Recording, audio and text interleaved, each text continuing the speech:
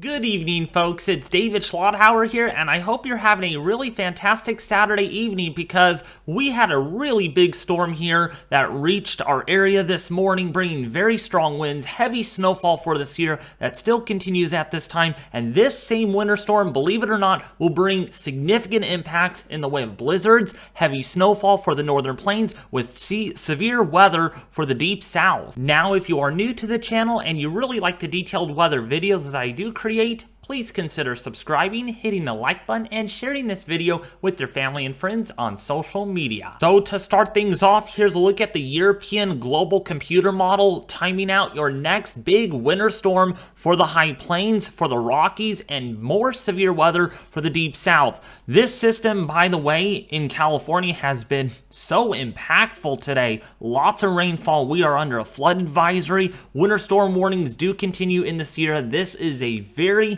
nasty system, very powerful, a lot of wind energy with it, lots of cold air associated with it, and this system is going to be moving east over the next couple of days, bringing big time impacts for the mid section of the United States. So this is a look at Sunday morning. We can still see quite a bit of moderate to heavy snowfall for the Sierra, very heavy rainfall for Southern California. We might even see water spouts associated with that frontal passage. We might see more flooding for southern portion of California. So very big impactful storm.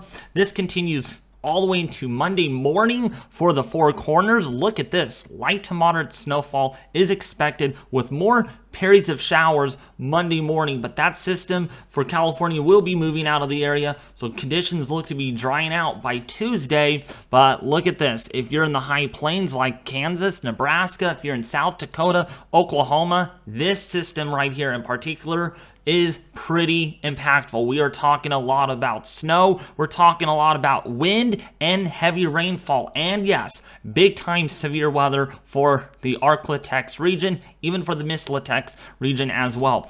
So by Tuesday, look at this system. Be specific, Tuesday morning, look at the snowfall over Denver, Colorado, all the way up into the Dakotas. Wow, I'm telling you what, right now, this is really, really impactful, okay? We have a nice looking cold front and dry line associated with this system across Oklahoma, Kansas, into Texas. This system is going to really become dynamic by Tuesday afternoon, as you can see here. Look at the curly Q. This indicates we have a lot of dynamics with this system. Very strong upper level wind energy, lots of upper level support with this. And so we're going to have some really strong winds, blizzard conditions, whiteout conditions, you name it. Lots of heavy snowfall for the Dakotas. This is going to be dumping feet of snow. Yeah, not inches, feet. I'm saying in the Wyoming, portions of Colorado, and especially in the Dakotas. That's where the biggest impacts with this winter storm will head. And of course, for the deep south, there will be the threat for severe weather with tornadoes, damaging winds, large hail, and heavy rainfall associated with that. That system continues to march along into the Ozarks, into the upper Midwest by Wednesday, bringing more showers and more thunderstorms to the region. But then a second piece of this energy associated with a formation of a low pressure system that could form over Tennessee could really bring more impacts to the northeast. Look at this. Let's go forward in time. We can see that surface low forming over Tennessee, over the Carolinas by Thursday. This could bring a nor'easter-like system into Pennsylvania, upstate New York. If you're in Massachusetts, if you are in Vermont, New Hampshire, this could bring a lot of snow, lots of wind energy with this one. This is a coast-to-coast cross-country winter storm. In other words, this is going to bring a lot of impacts to a lot of people. And so keep that in mind. It's not just the European model that is showing this. If we look at our US GFS model, we can see again, there's our storm system in California. If we play this forward, we can see where this system is going to be headed by Tuesday into the high plains, severe weather for the deep south. And then, of course, the GFS model shows the same kind of scenario here with very heavy snowfall for Pennsylvania, portions of western New York, there like Buffalo, Watertown, New York. But the difference between the US GFS model is that the surface low is a little further south than the European model that has the system a little bit further north, and that makes a pretty big difference on who's going to get the heaviest snow and the strongest winds.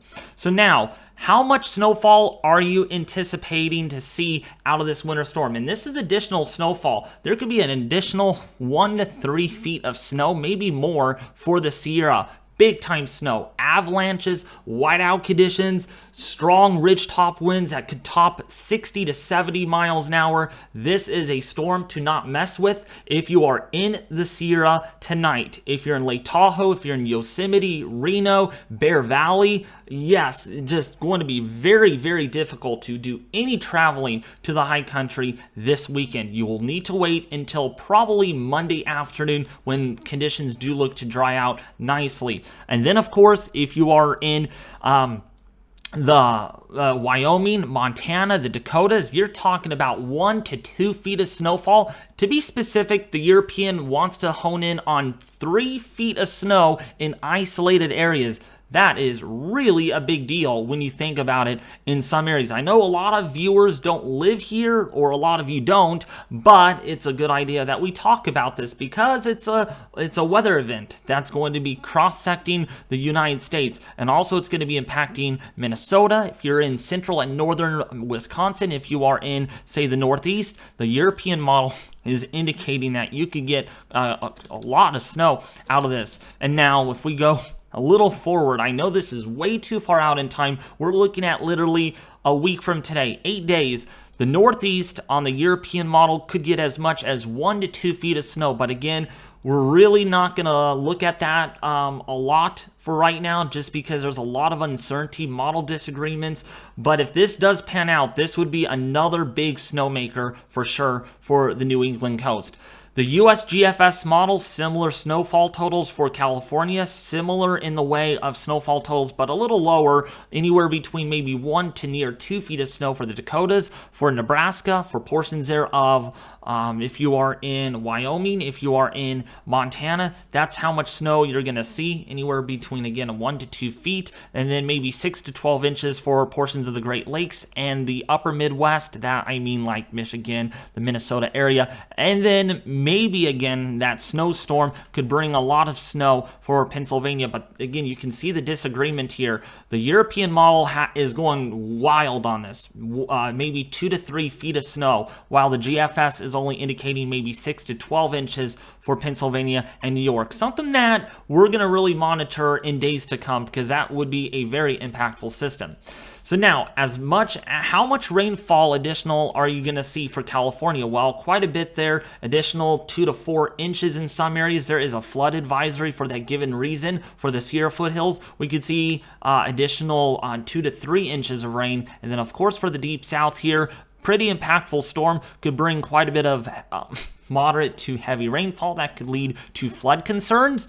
Don't worry about this up here. This is going to be in the form of snow, most likely with those QPF values equaling to about 2 to 3 inches. European model, very similar with rainfall totals for the deep south, similar to California, so more additional rain is anticipated throughout the next day or so for the west, which is good. We need the rain. We could really add on the snowpack for the spring snowmelt that is coming up in the next few months. All right, so our winter storm severity index. This is a really big deal. I mean, if you're going to the Sierra, like I said, do not go through Sunday, please, because we are looking at major to extreme impacts. The purple on your screen delicates that. Extreme impacts. This means travel is highly discouraged. If you do travel, you will have substantial delays up to several hours, if not even a day. If roads close, if snow plows, Caltrans cannot keep up on this. This could be a really big deal, okay? So please avoid the high country through Sunday night, even into Monday morning, because the snow is going to come down and it's going to lead to a lot more problems. And don't make Caltrans work harder than they should, because there's a lot more people on the roadway.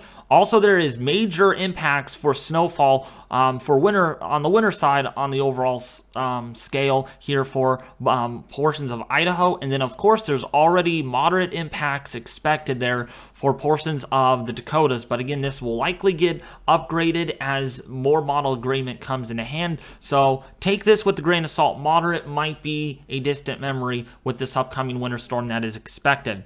All right, so now as far as winter weather advisories or any alerts going on, I mean, this is very active. We got winter storm watches already issued for the Dakotas, Montana, and Wyoming. We got winter storm warnings, wind advisories, and products. We have flood watches, flood advisories. I mean, this is a very wild weather pattern that is developing right now, and it's going to get only more wilder as this gets all the way into the high plains and the Midwest, bringing severe weather, strong winds, tornadoes, just a bit of everything you do not want to see. Speaking of severe weather, let's take a look at our numerical global computer models. This is the GFS model that I always like looking at because it's very good at what it does. And so here's a look at that forecast for Monday morning, and we can see this is a trough that's going to be out across California, very amplified. I mean, this is really intense. We have a very strong jet maximum on the lower base of the trough, rounding that off, and that's going to really encourage a lot of divergent flow loft for the severe weather ingredient coming into Tuesday, and very baroclinic ascent here. Lots of lift, lots of forcing along that boundary, and so we are going to be seeing severe weather for sure in the way it could, we might see a lot of discrete cells, or we might just see a very strong squall line indeed with this upper level support that's going to be increasing. On top of that, very strong low level winds, anywhere between 50 to 60 knots. I mean, this is pretty substantial over the Arkansas area, even southern Missouri. If we get any instability advecting into that area, we could be looking at big time severe weather with damaging winds potential for that area. But it's very strong low-level jet, very dynamic system. Surface winds coming in and out of the south, so we have veering winds with height, strong to very strong levels of shear throughout the atmosphere, so that's not going to be a problem. Now, the problem here is thermodynamic profiles. Lapse rates don't look to be very steep at all, and so we'll have to see on how that contributes to things.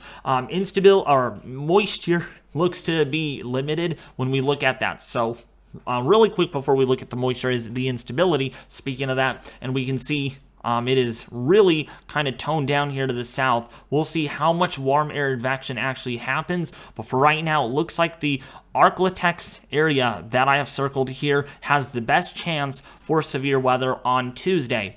Now, as far as moisture goes, again, you can see dew points here going, kind of trying to advect further north here with low 60s into northern Arkansas. Louisiana, you have low 70 dew points out there, and that equals a lot of moisture advection. So we have a lot of moisture transport for this system, and therefore we have pretty good confidence we are going to have a fairly big severe weather event. I'm not going to call it an outbreak. I know people out there on Twitter are already hyping this up. They're saying, oh, we're going to have a big tornado outbreak. We're going to have a big severe weather outbreak.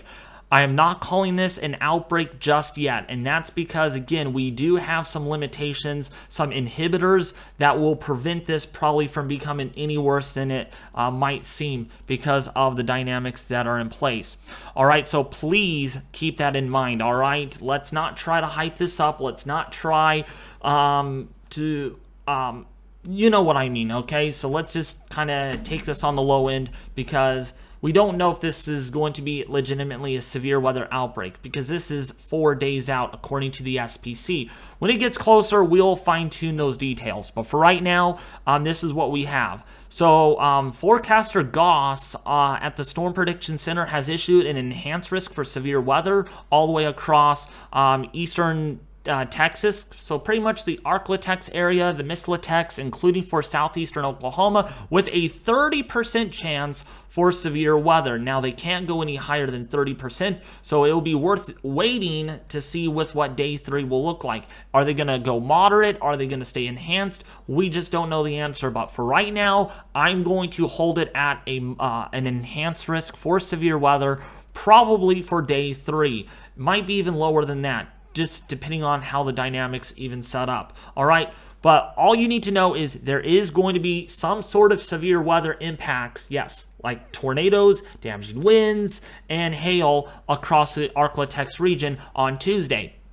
Day 5, you have a slight risk for severe weather there for Alabama, for Mississippi, the Louisiana, and Florida region, but that doesn't look to be quite as significant as what we will be dealing with on Tuesday. Tuesday looks to be the worst day as far as severe weather department goes here on the channel. Okay, now if you want to get more detailed updates on my YouTube channel on this upcoming winter storm as far as severe weather, it looks like we will be streaming this severe weather live here on my YouTube channel on Tuesday, more likely probably Tuesday early afternoon. So if you want to come on down and join the party, be sure you do hit the red subscribe button. Get the bell notification turned on, and also make sure you share this with your family and friends on social media, and be sure to check out our Weather Force Discord server. There's a link in the description below this video. We have a lot of fun in there. It's awesome. A lot of members love it a lot. And best of all, you get to talk to me in there and hang out with me also. All right, well, anyways, that's going to do it with this video, folks. I hope you enjoyed it a lot. Share, like, and subscribe, and I'll be back with you more, hopefully tomorrow, with another detailed update on this massive winter storm developing in the plains by early next week.